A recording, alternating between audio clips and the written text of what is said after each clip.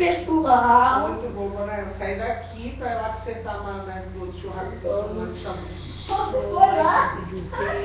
Deixei fazer minhas coisas, né, mano? Eu abri na perto de você. É você? Maiara, fala com o Fernando do seu computador. Passou um homem aqui da net, ela pediu net, só que ela não tem computador não, tá quebrado. Se você serve pra ela, amor, ela quer saber quanto você vai cobrar.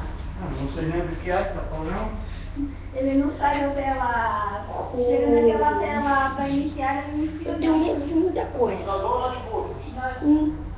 Então, pessoal, coloque os seus medos lá embaixo nos Aí comentários. nas próximas, tá tudo bem. Lá embaixo nos comentários, coloquem os seus medos para eu ver. Lá embaixo. Lá embaixo. Atrás, embaixo do gostei, do compartilhar. Lá embaixo. Vai me pagar hoje? Coloca nos comentários qual são os medos de vocês. Tô falando sério, não saquei o dinheiro, não. Tá igual o pai, hein, pai? Não, tô falando do lado do dinheiro, não, mas sacar não saquei, não. Eu sou doido, né?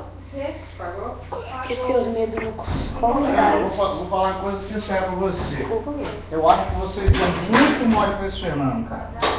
Você não pode ficar